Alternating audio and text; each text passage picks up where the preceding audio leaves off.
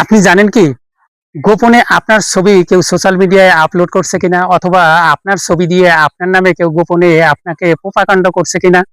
যদি এটা না জেনে থাকেন তাহলে এই ভিডিওটা কন্টিনিউ করলে এটা আপনি জেনে যাবেন, এবং এটা আপনি শিখে যাবেন যে কিভাবে আপনি দেখবেন যে সোশ্যাল মিডিয়ায় আপনার ছবি দিয়ে কেউ আপলোড করছে কিনা, অথবা আপনার নামে কেউ প্রোপাগান্ডা ছড়াচ্ছে কিনা। তো ভিডিওটা সম্পূর্ণ দেখেন, দেখে একটা লাইক একটা কমেন্ট করেন, আর ভিডিওটা আপনার টাইমলাইনে শেয়ার করে দিন যাতে আপনার বন্ধু বান্ধবও এ থেকে উপকৃত হয়। আর এখনো পর্যন্ত যারা আমাকে ফলো দেন নাই, আমাকে ফলো দিয়ে রাখেন যাতে এরকম সুন্দর সুন্দর ইনফরমেশন মূলক ভিডিও ছাড়ার সাথে সাথে আপনি পেয়ে যান।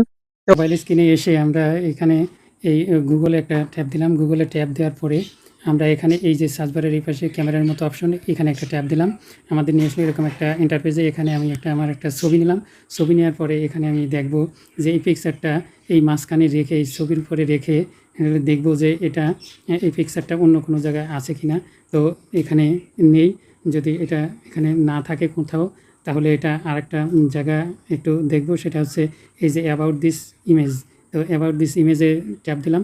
আমাদের নিয়ে আসলে এখানে বলছে যে এরকম এই ছবিটা নতুন, আপনার এরকম ছবি কোথাও আর নেই।